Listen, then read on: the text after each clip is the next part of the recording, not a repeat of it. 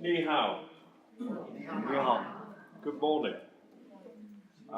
It's a great honour for me to be here in the business school, both with Dean, Professor Chris Jones, colleagues, the Business Research Institute, representatives of also the China Centre, and our student community. One of the things that's quite interesting, we've got a political scientist over here, PhD.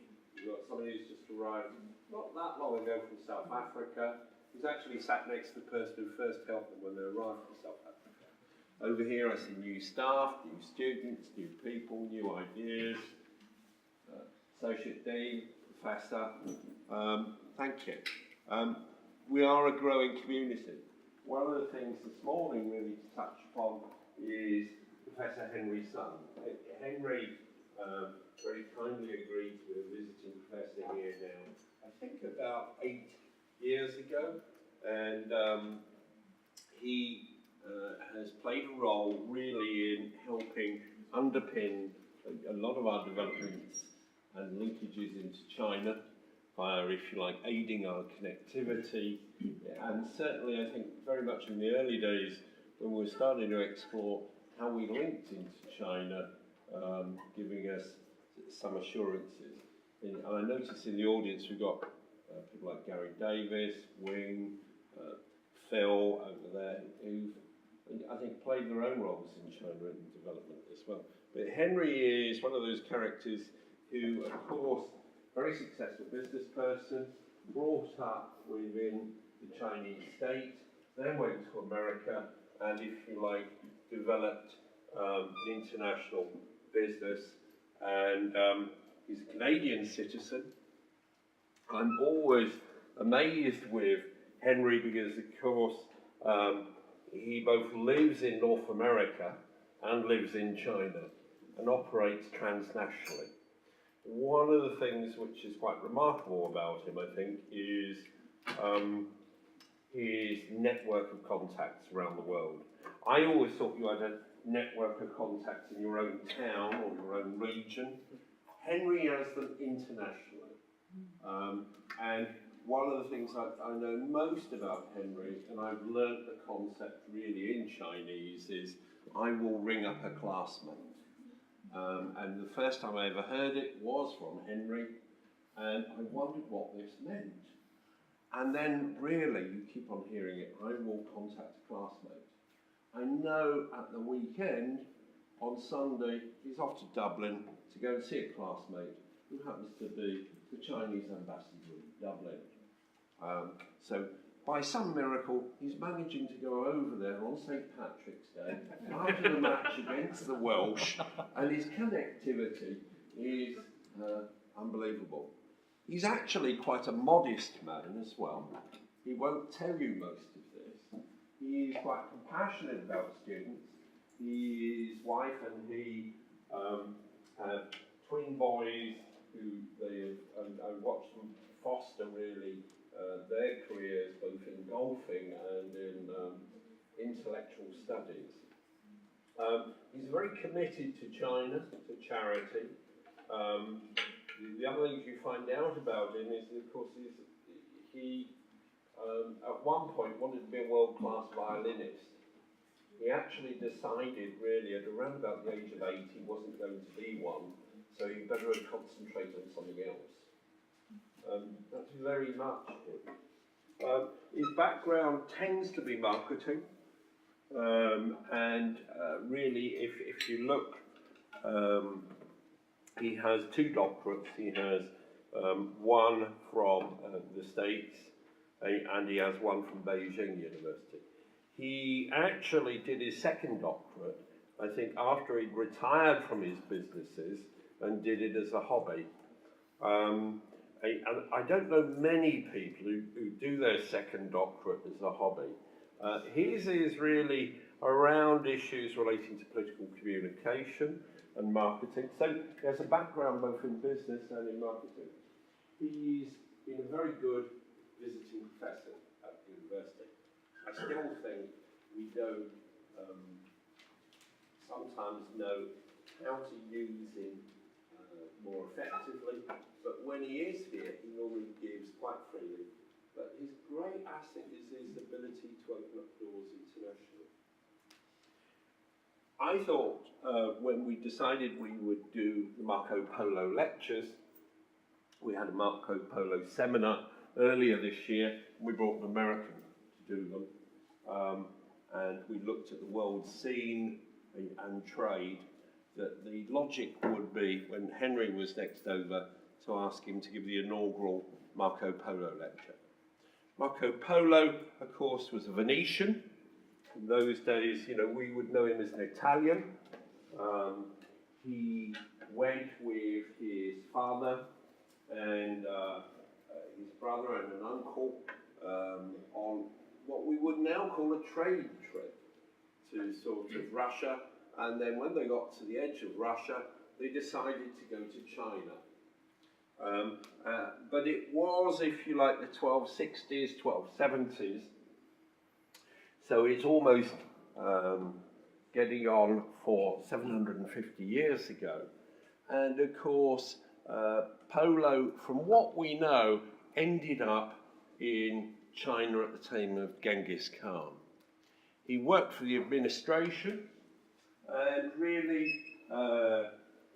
we know that when he came back, he dictated probably what's been known as his travels, his travel book. For us, Polo is the first Western person who writes substantially about exploring Asia, and particularly China.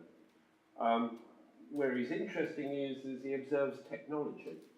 So one of the things he does is he's the first person to write about the use of coal, because coal wasn't being used in Europe, but it was being used in China. And he says, the Chinese, they burn rocks and they glow red. And you wouldn't believe it, they're stones. And they're red stones. And they use them in winter. Primarily in Europe, it was wood, charcoal at that point. And coal mining was a serious discipline. It didn't really, shall we say, technologically transfer. But we've often, if you look, there's a lot of technological transfers. I think polo's interesting really, partly as a metaphor about internationalisation. And I think also the transference of skills really between Asia, Europe, and the Americas particularly. I think where Henry is very good is he's grounded in, if you like, practice. And the other thing is that he has looked at policymakers and comments on them about, if you like, how they get their messages over, what their messages are. And I think at the moment, you can see we're against the backdrop of what's occasionally been called the trade wars between America and China. I think that is a bit of a misnomer. At the moment, if I remember rightly, China's the largest investor in America as well. So to some extent, both states, groups are intertwined. And maybe what we're seeing is a lot of rhetoric. Henry's strength, of course, is actually looking at policy interpretation, and particularly what is called political marketing. Political marketing as a discipline emerges probably, the core work started appearing from about the 1980s. And that's really the marketing of messages and communication. And I think Gary's written, for instance, on political branding.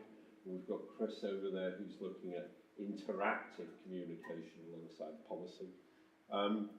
And if you looked at the House of Commons last night and the interpretation of messages coming out, you can see it's very much to the fore.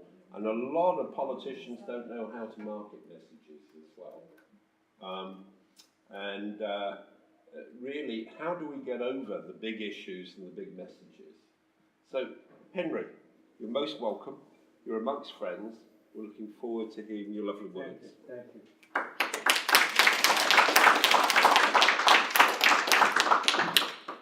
I was since the international conference in Romania I got to know Phil. And after the 2007, we become like a brother. Every time I come here, he's always taking care of me like a big bro. I really appreciate it. And today, not only he helps for the introduction, usually I'm very happy to be here because Mr. Sun comes here always with sunshine. But this time, he gave me a good excuse because the big wind coming from Atlantic, it's only Trump to be blamed. And he gave me a lot of pressure sometimes also.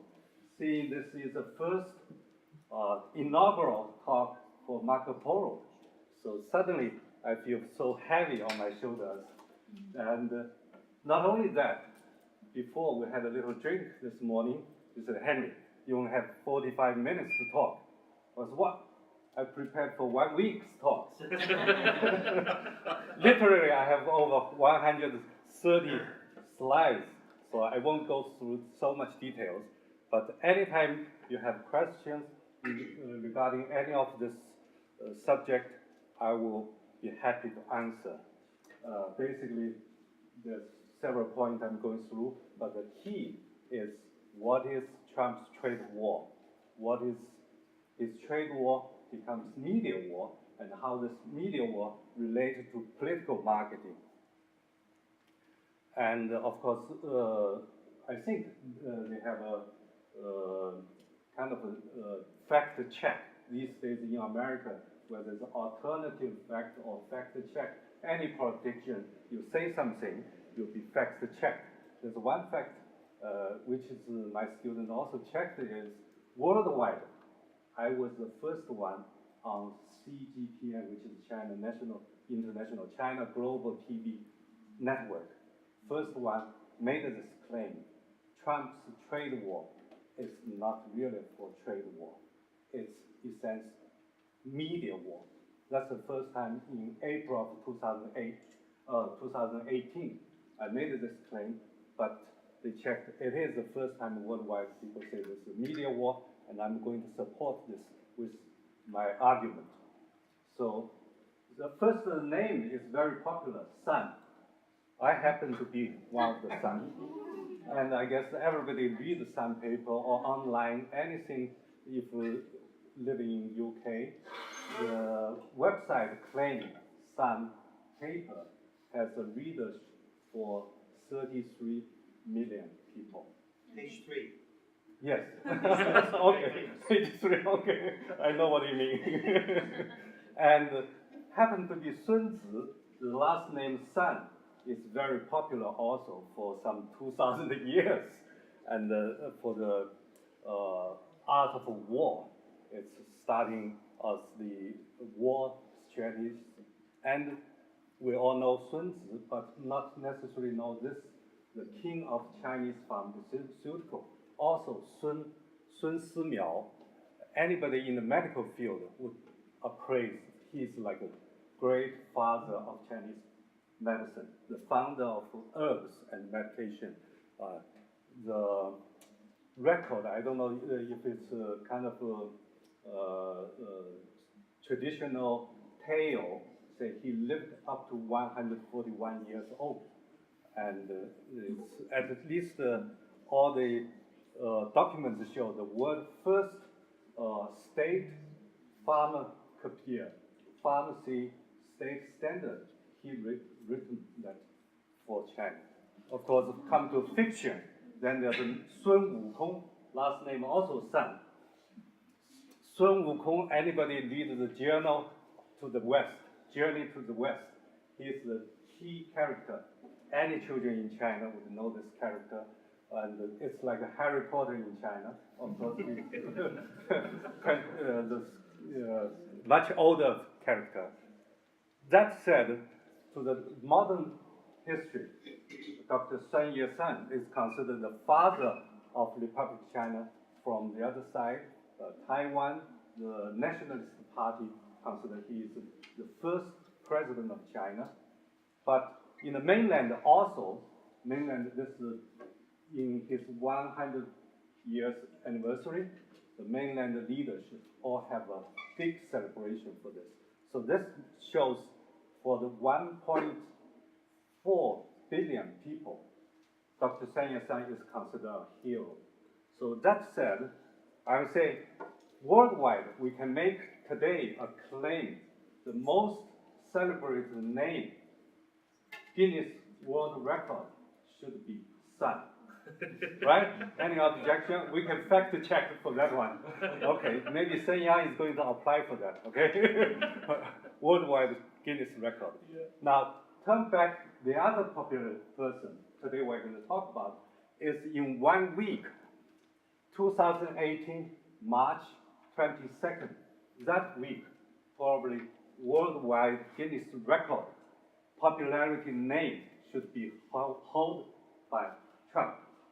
Why I said I will give you I think you should go back to that one because, of course, you'll see Henry is wearing his University of Chester tie. Bravo! Thank you, brother. That's the most important factor. Yeah. Henry always gets the important. And when he approached in the campaign place, I didn't know this picture was taken by a Associated Press reporter until it's published in the Cleveland newspaper, local paper. I have a business investment associate who is the president of stock equipment company. He saw the paper, sent me a copy, and asked me, Henry, is that you? I said, not only give me one copy, send more. Anyway, but the big subject today I want to point out is why this is not trade war, it's a media war. First of all, we all know 2016, for the big campaign election process, Trump won the election by doing media war already, because he has to first hit all the 16 opponents in the primary, then against Hillary Clinton. At that time, the titles all say, after this, all the years of different policy, it's a change. Hillary will be much better selection. I think even Phil would agree at that time, probably Hillary is a better choice. But anything could happen in the election. So continue to political marketing base the promises Trump made, his image as a presidential election candidate. He has two images for his personal image and with his policy. One is security. He wants to build a wall between the Mexico and the American border. So the wall is his symbol. He tried to make that policy linked with his personal image. Second is the trade war, job and economics. He promised he will bring jobs back to U.S. and make America great again. So back to the few points, why he pays so much attention to media war instead of anything, is his political capital. And after the election, he needs to continue run the political marketing from White House, which we call in political marketing study, also in the field public affairs, we call it permanent campaign. Even you now in White House, you don't need to campaign day to day for the election, but still you campaign for your policy, promise, everything. That's the second reason why he continues to everyday media war through his little tweet and also White House spin machine. Every day, this is one major task for any elected presidency. They have to play the media war game. Third, about his turning, why it's not trade war, it's media war. The third fact is very important. He's something uniquely, as a presidency, is under the public scrutiny with the Mueller's investigation. There's lots of talk about his Russian gate. We all know that's even related to some kind of a crime or trader. Excuse me. Then there's a hush gate. I think this is interesting to see, even feel like this joke. Right? Anyway, on March 22nd, why that week is the biggest spin week for the media war. CNN and CBS both announced big release of interview with these two ladies, all claimed has affair with Trump. Not only that, they were all both paid by Trump's election team. His personal lawyer, Michael Cohen, paid them hush money, which is like 130,000 or 150,000 for this younger girl. Both are so nasty fact will hit Trump's moral base, even the Republican base. And I don't know, at that time, the 22nd evening, it's CNN released the interview with McDougal. And 25th, I think the same week, CBS 60 Minutes, which is watched worldwide, very good documentary interview with Stormy. So this both released come out at a good time in the week, and the First Lady and the Trump's family, they're all watching this. And not mention the other president, how he can sit there still doing nothing with this kind of a negative media war going on. So he had to fight the media war against this, how to use Sun Tzu's idea is 声东击西, move the media direction from one area, his personal affair, to the national and international policy area. That's the day he ordered the execution of trade war. On this one, we can see the trade war figures does not make sense economically. He puts 25% on 50 billion Chinese imports, which come out about 1.12 billion US dollars worth of tax collected. But he used all that money into subsidize US farming products export, which is really no gain economically. But the reason, logic behind this is the media war. Internationally, he knows he can take anybody, because once you do subsidize the agricultural product, you annoy lots of countries, lots of people, including WTO. There's a rules very specific against national subsidies for exporting products. There's lots of countries signed into that law. They're all against this practice. So in a sense, the trade war for Trump is a losing game, nobody game. China also got hit. And in the same day, not only that, he has up and down domestic policy also. What he did is, first he claimed want a government shutdown to block the Congress budget. Then same day he turned around, he approved this $1 trillion budget. Same day turned two different positions on a domestic budget policy. And in the meantime, he fight for the war to build something like this is more recent, another fact showing why he's fighting this media war instead of making no economic sense. The shutdown of government for 35 days is the longest in US history, but the $5.7 billion for the war money budget is much less. Consider those 35 days shutdown cost the government and the country over $10 billion. So as a smart businessman, he should not do this kind of deal. Why? We can only contribute to the fact it's a media war. He wants his vote for midterm. He wants his approval rate to support his continued party base, to support the election on the midterm, to keep his party in leading for both houses. The next fact, I would say all presidents run media war because it is how they get supported. They need political marketing to continue to do this kind of permanent campaign for their party and for themselves. And this is quite similarity from different presidents.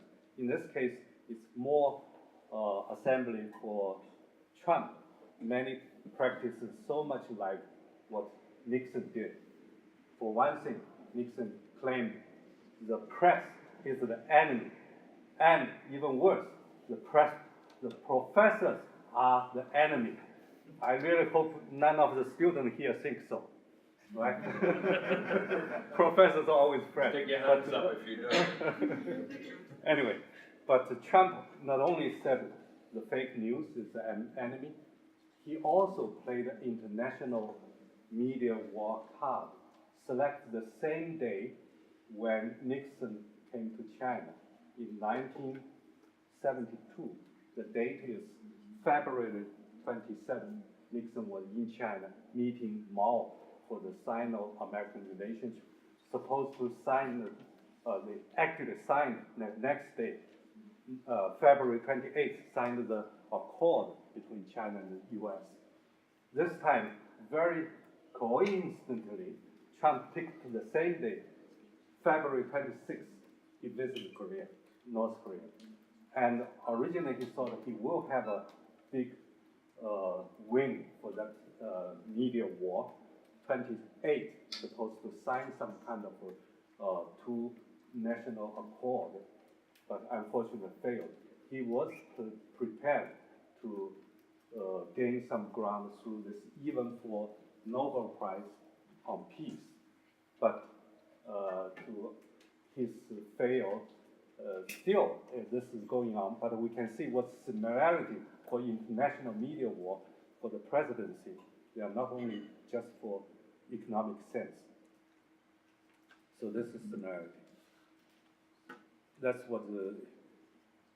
Now, since we established the 6th point, why Trump's trade war, in a sense, is not trade war, it's for media war. Any question on that? If that argument established, we can move on. How Trump played his media war? Do everybody agree? This is established, it's really a media war, right? Trump is after for 2018 midterm and for 2020 re-election. That's his political capital. That's his life. Agreed? Okay, then we move on for the political marketing framework. From this, we can see how Trump played his media war tactics. And we can quickly go through this concept because the time limit, I won't go through details. The essence of a political marketing is like any marketing, the process of exchange. That's the key. And in China, I give talk in the Central Party School. I always use the term political exchange, which is no-no, for all Chinese students know. 政治交易, 政治交换, that's against any political sense.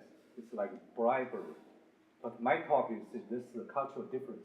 That's why we need international political marketing study, cross-border, cross-culture. In Western culture, exchange is positive words. It's between two persons equally exchanging whether commodity or exchange political ideas. As a candidate, I can exchange my promise for your vote. That's very common sense, equal exchange. For instance, Trump would be a billionaire or multi-billionaire, exchange his promise with Detroit, those people under poverty line. So that kind of an equal footing makes exchange a very democracy process. But unfortunately, the word, even today, I didn't find a proper word in Chinese how to explain this kind of equal footing for political exchange process. It always gets into the bribery concept, you see. 政治交易, like you are trying to make some political deal, which is bad in Chinese. Anyway, so I'm the first person to divide this political marketing into three divisions. Phil would agree. The first time in Phil's journal for Public Affairs, I published a case study on international political marketing. So it used to be only two sectors. One is election political marketing. One is government political marketing for governance. So there's two groups. Even after you move in White House, you still continue political marketing. But I say there's one more group study. It's cross-border, cross-cultural. We call it international political marketing. Why? I'll give you a sense. Especially those students, undergraduate or graduate students here, that's my personal experience. 30-some years ago, when I studied in the US, it's Pennsylvania State University, my PhD candidate's paper is on political event, the effect of political event on FDI, foreign direct investment in marketing.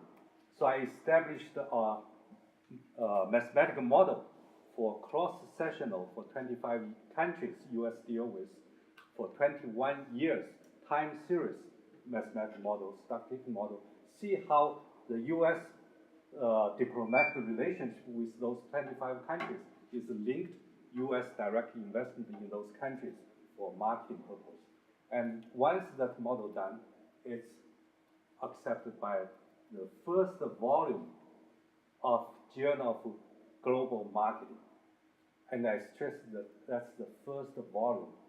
In 1986, there's no international marketing journal. That's the first volume I published this linked with political sense. And that time when we study marketing, the textbook have marketing textbook, maybe have some book have one chapter on international marketing. So there's no monograph for just study or teaching international marketing. That's 30-some years ago. I was graduate student then.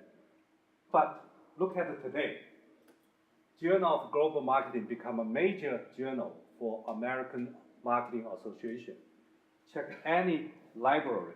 If our business school here do not carry Journal of Global Marketing, you also ask the dean, what's going on? I'll give you a hard time.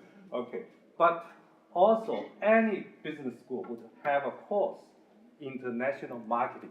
Why? Because our product now is globalized.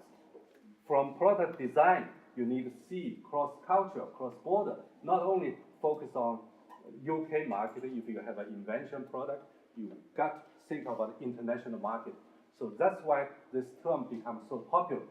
Saying that because time is limited, what we need is international political marketing cross-culture to study national image, soft power, nation branding, and even branding strategy. Like many of the EU, NATO, APEC itself involve election already cross-border. So this is a group people doing that, practitioner, but nobody studied systematically as a discipline. I'm the person first defining the concept. I hope anybody wants to do this study can join the force, make at least 30 years later, we'll have some journal of international political marketing. Anyway, so the first group of political marketing is election. We can see this primary kind when the two will fight for the nomination from the Democratic Party, especially for the National Convention. You're like enemies, don't look at each other. But look after. This will say, yeah, it's all politics, nothing personal. They can argue, they can curse, they can even bring their personal life into the debate, which is, I think, not gentleman like in English. Okay, English gentlemen don't do that. But Americans think they are much more direct. And the end is always peaceful. So the second group is governmental political marketing. We always keep this two group is being studied since the 1950s in America. Systematically study campaign election, systematically study permanent campaign for governmental political marketing, how to promote your policy, like Obama's care, the insurance coverage policy. He worked very hard on that, but he, reached some result. The other things, there's many other things he failed. get through, which means the political marketing for governmental process failed. So we have some famous name here. Public Affairs Management, Phil Harris is one of the names worldwide recognized for the permanent campaign, political marketing for government. Thank you for the plug. Yes, that's worth applause. For sure. Yes. And the reason I said that, because that's the only way we get into China at the beginning. Because people don't think they like to listen to campaign elections. What do you say? You want to break the party line or whatever? That's not welcome. So Phil and me went Tongji University in 2000 in Shanghai. Tongji University in Shanghai, 2008. That's when the Chinese Olympic Games going on. And I had two party monitors. Do you remember? I had yes. two party monitors checking up what I said was correct. Good. Okay. And the very interesting story is, I remember the date very well. May 13th in Tongji. We both talked about governmental political marketing, and in the meantime talked about my subject, international political marketing also. But after our talk is what happened. Our Beijing office, I have a company in China, Beijing office called me, said, Mr. Sun, did you feel the shake? In Beijing, there's a big earthquake. That's the day when the Sichuan big earthquake happened. And I suddenly thought, oh my God, is that caused by fuel? Big shake in the political landscape? Anyway, that's a joke. So, talk about the governmental, it's whether you use your soft power or hard power or leadership. This is part of the tug of war inside the White House, among the cabinets, there's wartime also. And not mentioning the two-party line opponents, and there's many wars going on domestically. So this is the first time defined international political marketing. This journal, I think everybody is familiar with, know who is the chief actor. That's here. Phil is very helpful for getting this launch. I remember after the case study published, Phil sent me a note saying, your case study did very well, congratulations. After that published, the click on our journal went sky high. Thank you for that, I still remember. So still in a sense, international political marketing is called a talk about exchange also. The exchange process is always marketing core concept. You need to study how people do the exchange from behavioral science, from psychology point of view, the voting behavior, or the political choice behavior. It's all the science core of this study, not necessarily just some cultural advantage or some fancy name. This actually is a discipline extended from domestic political marketing to cross-border, cross-culture. And I've been enjoying this subject since then, because after this, I was invited by Joseph Nye, who knows the creator of term. Soft power is created by Joseph Nye, who is the dean of Kennedy School, Harvard. He came to Beijing University to talk. We talked about this concept and said, oh, come over. So I did over 1 year fellowship at Harvard on this subject. And after that, this is a book first published. Peking University published this book, International Political Marketing, which is the first in the world defined subject of international political marketing, how to cross-cultural, border for soft power and the national image promotion. And if anyone interested in the subject, I'm open for further discussion. And this model, first time in the world, has 3 legs. Used to be only focused on this tool, this campaign election, exchange between voter and interest group, candidates, then governing part. So international part, everybody is doing that, but nobody systematically studied it have the same. Okay, I'll be quickly flip through this model because the timing. voting. Okay, this is a popular model, which is the Pavlov dog experiment. I will explain a little bit on this. His experiment put some sausage there for the dog to salivation come out from the smell or the food delicious. But meantime, he did the experiment to ring the bell. Whenever deliver the food, ring the bell. Keep on doing this repeatedly, and finally, he just ring the bell without the food, and observe the dog has salivation also. So that's kind of a learning experience called conditioning. Learning conditioning. Same. If we keep on looking at this image, this is part of political marketing. If you look at the shade, the dark side, what does it look like? Any artist? Someone with Hi. a saxophone. Great. Shen Yang. Always more artistic mind. I appreciate the Shen Yang. Yes, the dark side is someone blowing a saxophone. The bright side looks like a permed hair. It's beautiful lady image. And people will say this is Bill and Hillary Clinton.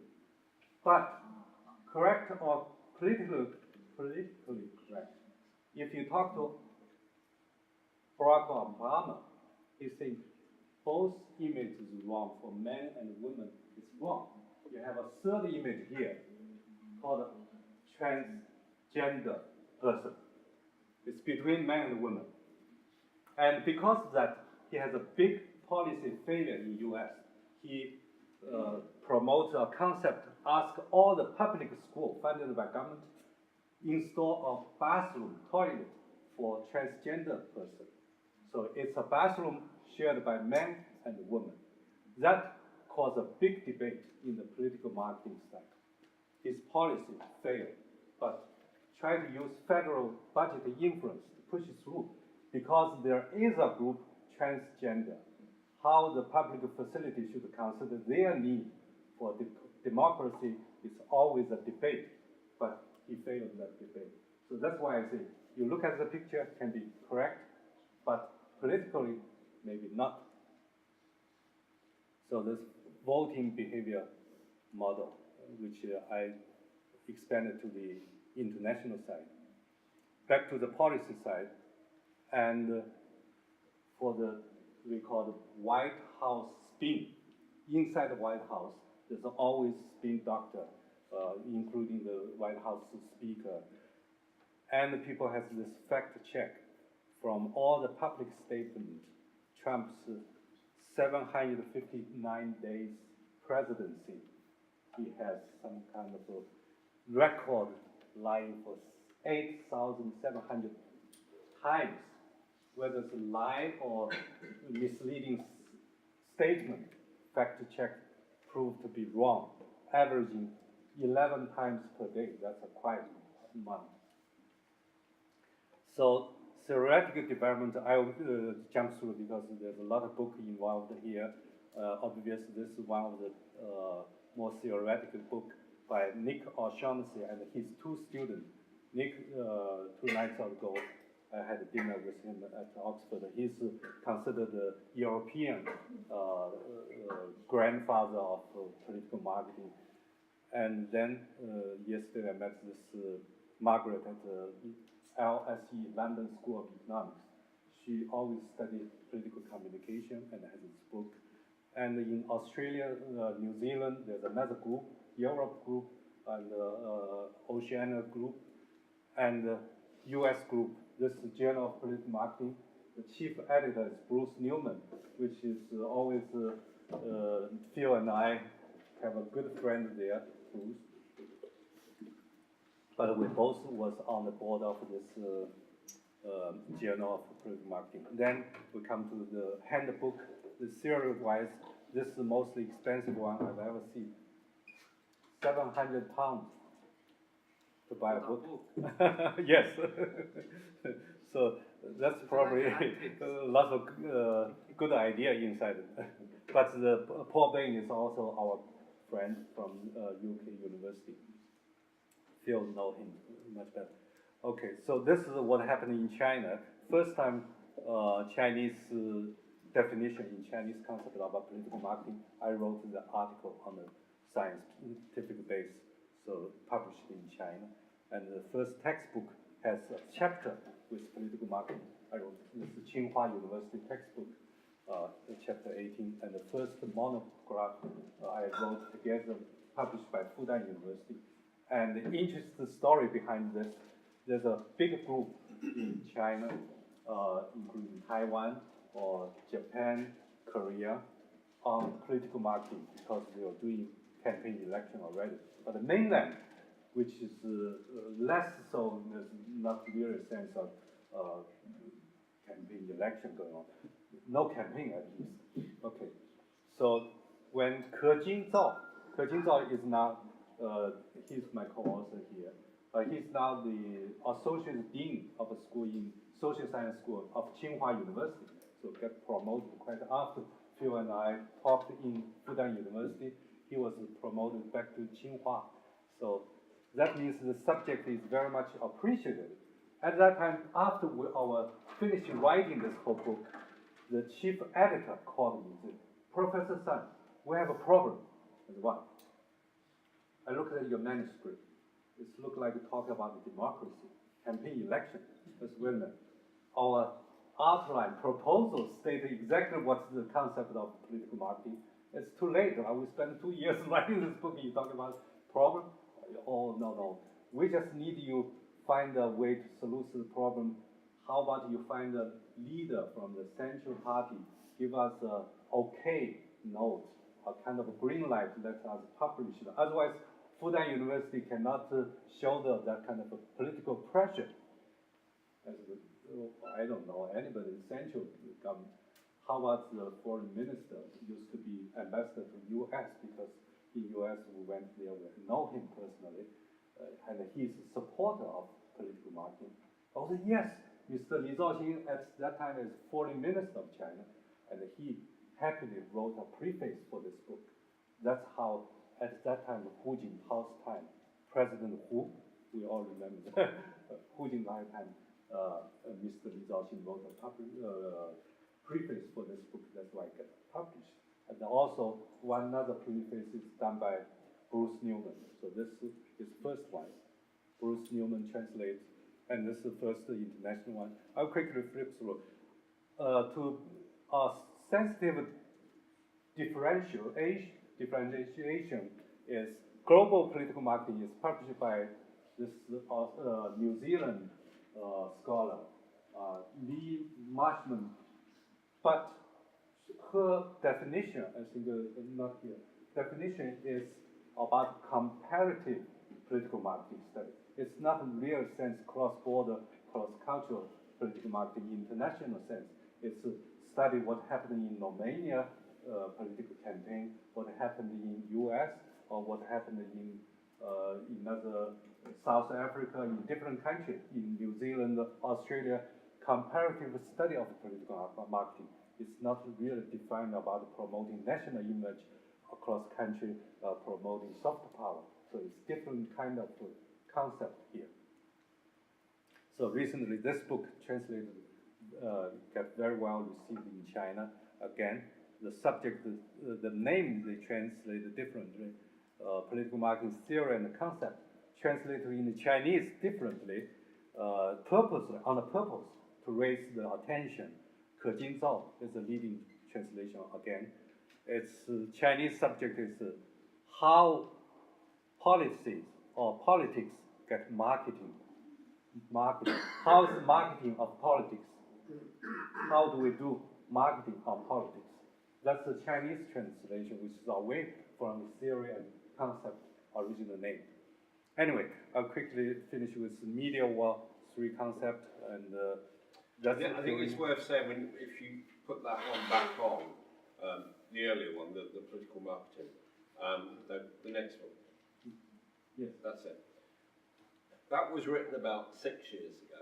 It was commissioned about 8 years ago in English, and then really there was discussion about whether it should be translated into Chinese. So in fact, it took them a couple of years to translate it into Chinese. But really, a lot of the group that Henry's talking about actually triggered that book to come out. So if you like, what you've got is you've got a very small group of researchers internationally leading to developments. So, and I'd probably say there's maybe 12 worldwide, but it's basically, if you like, developed a fundamental research dialogue. Yeah. And you can see now it's rolling out in China. Yeah. And it's quite interesting how a few can actually lead to something substantive. Yes. I'm glad to say since Phil's Journal of Public Affairs and in US, the Journal of Political Markets, those journals has for a major impact on the field of the political marketing study. And now from different continental Europe has a major group study of political marketing, teaching in America also, in New Zealand, Australia, in Asia, they all started to become popular. People study the behavior of voting, study the behavior of political choice, including international part of that. So let me quickly go through this framework. Now, we know the political marketing framework, how this applied by Trump's media war, because time-wise, I will quickly flip through. And Trump started the campaign election knowing himself and knowing who is taller here, not only by the body size, and he compared whose hand is big or small. And that's in primary. Of course, he won primary, hitting hard on the 16 opponents. But at the presidential debate, we can see his media war played very well.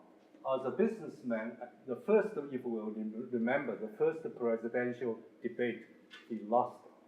The rating poll showed that he lost heavily on that one. But he came back very much winner. It's on the second debate. And he was in a very bad position before the second debate. That's why such a media war tactic worked. We all remember before the second debate, suddenly somehow, somewhere showed up a tape, recorded his dirty words in a Hollywood famous tape about women.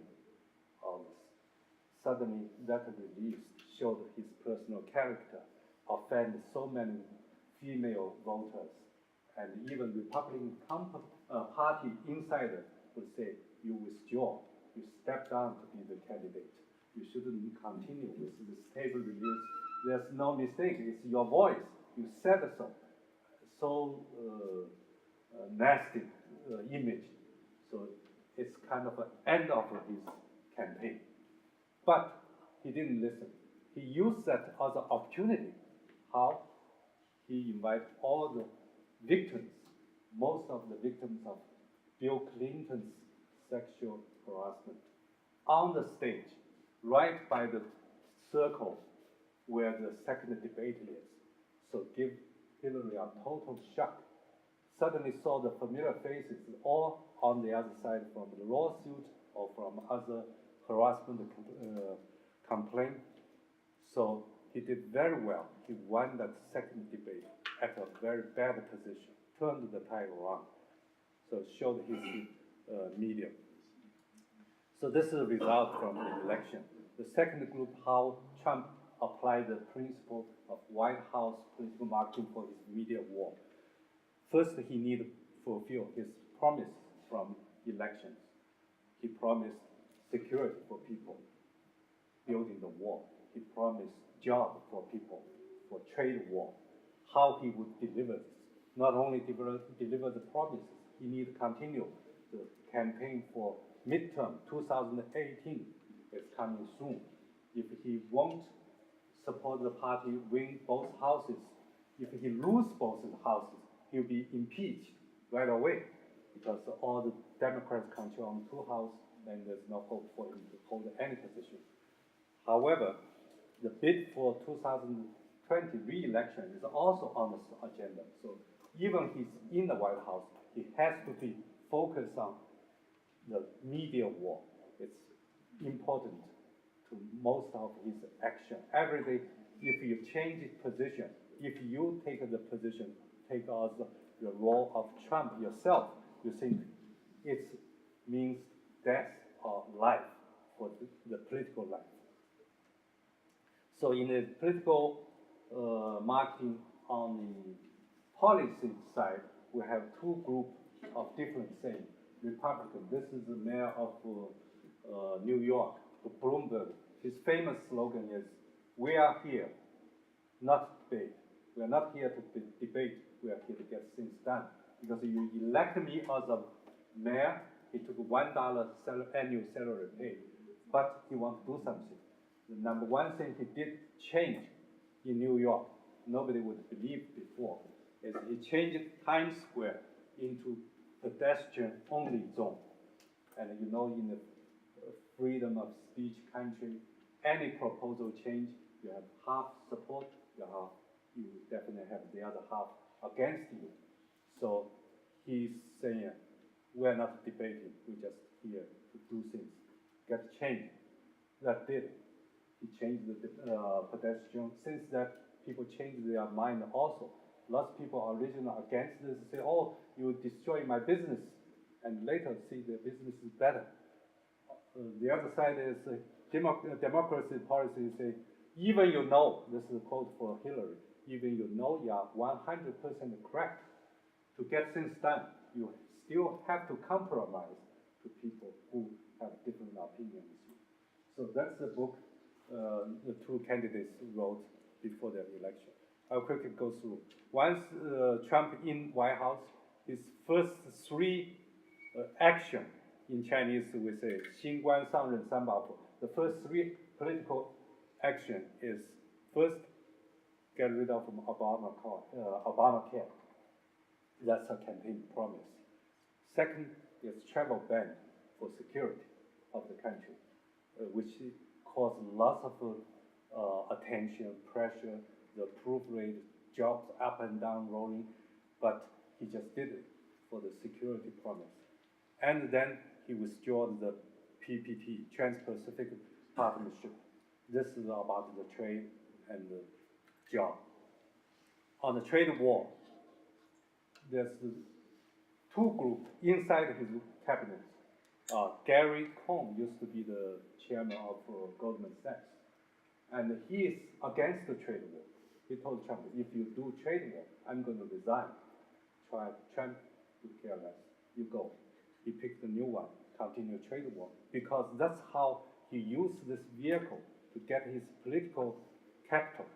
The media war is the final destiny. He needed to do his media war to gain the gray share, to win the control of both houses. End up he lost the House of Representatives, but Senator is still control. If you lose both, you'll be impeached. So Trump's international provocative, I'll be quick. So who is paying the war? The Paris Accord, this is very interesting, how he used Twitter to control the worldwide spin machine. The worldwide media was controlled by his keyboard. He said 3 times, I'm going to announce my position on Paris Accord now or later. He announced 3 times, changing different time, deadline, raised all the world attention. What's America's approach to this accord? Finally, he canceled it. So this is the same, trade war, through Twitter and also public media spin. This is almost done as he written in his book, say the supreme tactic for Sun Tzu is to winning the war without fighting. That's how he hoped to deal with North Korea. He said that from Obama's time, the most worried national security problem is with the nuclear proliferation in North Korea. And he solved this issue, at least stopped the testing without any fighting. Now he wants further destroy whatever you have existing. That they have not reached agreement yet. They are continuing to work on that. Anyway, there's a Russian gate, and you can see the pressure here for his international trade relationship, and all the world head is watching. And the VP also joined the media war, because anything Trump said, he will support. He will have to continue that. And even John McCain has some famous other Republican. He will say the message is American does not want to lead. This shows for years he's deemed as a national hero, but he would stand out publicly, criticize the Republican presidency. That means a lot. Anyway, this is wartime propaganda, and the last portion of my talk is about Sun Tzu's Art of Media War. Art of Media, I think for this session we probably don't have much time, but Sun Tzu's Art of Media actually started with Sun Tzu's Art of War. That's a popular saying I've been used, Sun Tzu 说法 instead of Sun Tzu 兵法 means Sun Tzu 兵法 means art of war. Sun Tzu 说法 means art of media. That's another study, another book I'm preparing to. My argument is the psychological war part is already in Sun Tzu's art of war. It's just people did not separate these two sides for propaganda, persuasion. That's part of the Sun Tzu art of war, but it's also on the art of media side. If we, like today, any study from political marketing, you want further division into governmental political marketing and further cross-border for international political marketing. Nowadays, we have the science and technology base to further define a field of study. So instead of just Sun Tzu's art of war, I say there's another group of principles you can call it Sun Tzu's art of media, with all this argument. Cross-border pro-culture. And we say the methodology I've been used for international political marketing, and that's where I appreciate the most is first-hand experience. I won't go through all that because time feels kind of, okay, now at 11:30. You can smell the coffee as well. Okay, 11:30, have 10 minutes or less? Okay, can you give me 5? So first-hand experience is always very important. If you have any chance, you've been there. I've been both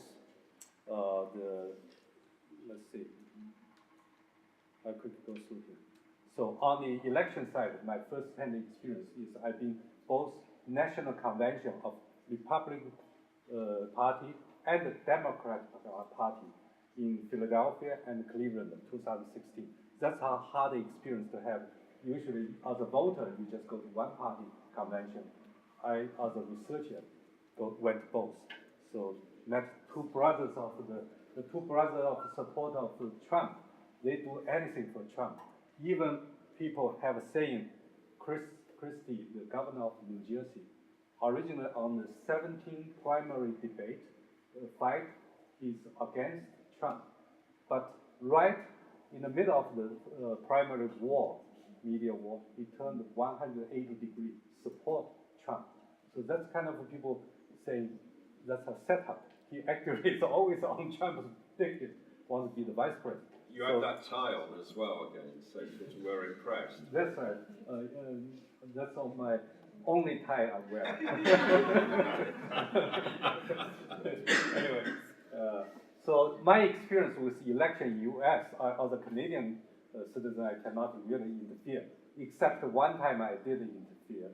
It's the lowest election for school board election. I think this lady has a good image and a good background. This Dickinson lawyer, as a lawyer, she has all the talent to do election campaign. And meantime, her policy is very good. I support it because she wants the primary school, which my children went to the same school district. She wants primary school to have foreign language study. Before, they all tend to do something like a Mexican Spanish. But She said, oh, now Chinese is a major group being used worldwide. Why not have a choice? Let students have a choice. Spanish or Chinese or foreign language besides English. So she has a good image, good policy. I supported her, and I got her elected as a school board member. That's my wife.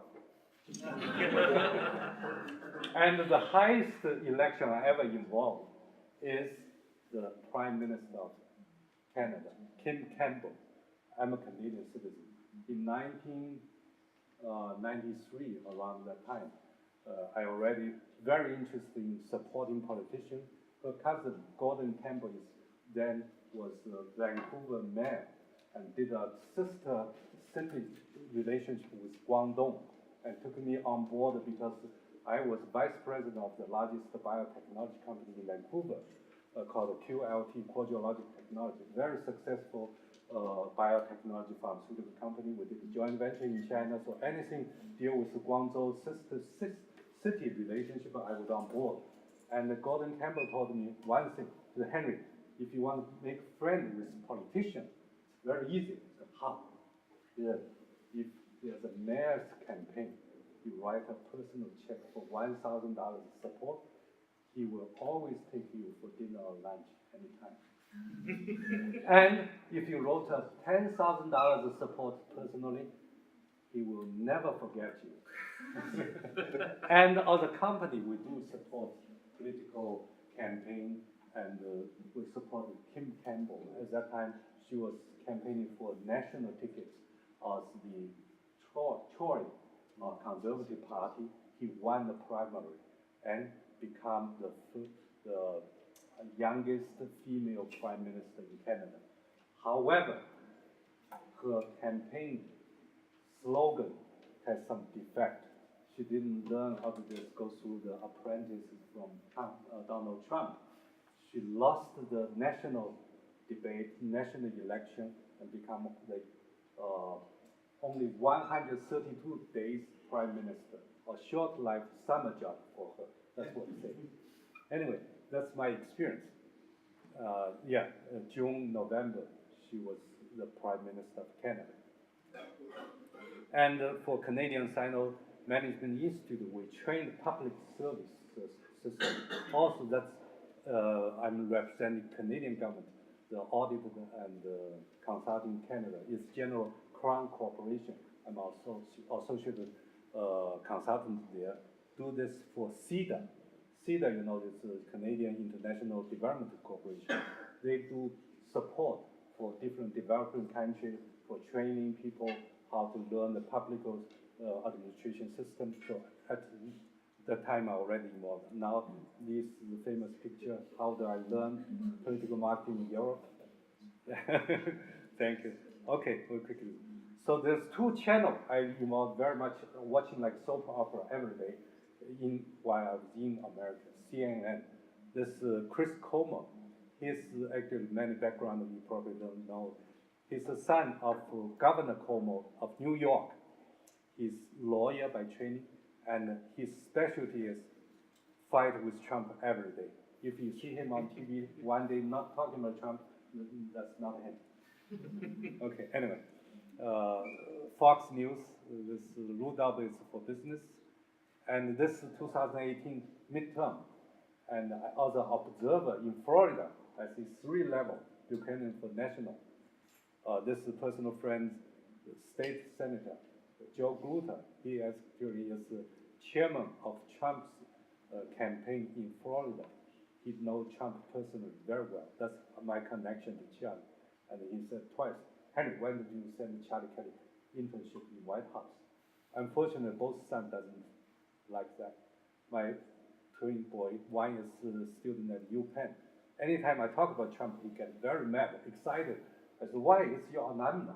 So, no, you ask UPenn students, 95% UPenn students do not like him. So that's the end of a talk about the White House internship. Anyway, I will quickly flip through. So internationally, I did join 3 times French general election. I was selected by French government, the foreign minister, the Ministry of Foreign Affairs, supported my research in Sciences Po. I was there studying French election.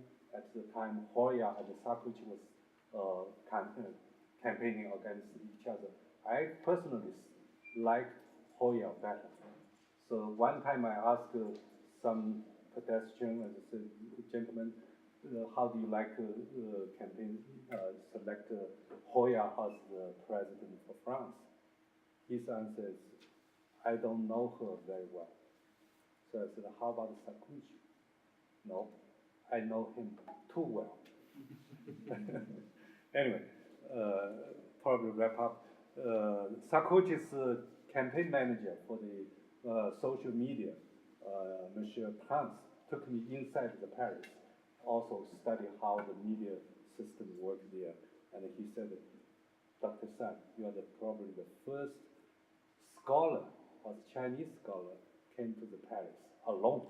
And they always have big delegations study anything there. But this is a book we studied Obama's. I wrote an article here about Obama's weak point about his job and economy. Please. This is my talk in Oxford about Trump's tweet and the political marketing. I say all this is because I want promote the international political marketing study because I had all this experience. And this is Joseph Knight, who also had same week talk in Oxford Exeter College about Trump. Anyway, I was teaching here, as you see, the Halloween time. As an EMBA student, I also talked about case study about Trump. This is the Indian Prime Minister, A.K. Kushal, and Australia. Anyway, the last year I was in BRICS Summit in South Africa for the also talk about the trade war and Trump. So this is our happy time. Anytime when there's a conference going on, Phil and I will really have fun there. Anyway, so back to the art of the media. Trump is very good on those books. And in America, people really use the art of war for different fields. Besides West Point, the military, Harvard Business School used that as a textbook for commercial business strategy. Also for sports, for women's politicians, for women's success. There's a whole bunch of study applying the art of war principle, how to win the war, including Trump's media war. So this is all about, yes, talk about one portion of that political marketing vehicle is propaganda. And in a sense, propaganda always been associated with Hitler, with negative intonation. But the recent book from Oxford defined propaganda as a neutral tool for political marketing purpose, which can be used on both sides, whether it's campaign propaganda or war propaganda. Sometimes can be positive, not only negative. Okay, conclusion. Trump's war, not media war. Trade war, not it's media war. And 2020, everybody will interested about the outcome for who will win 2020. We'll leave that question to Phil. Thank you.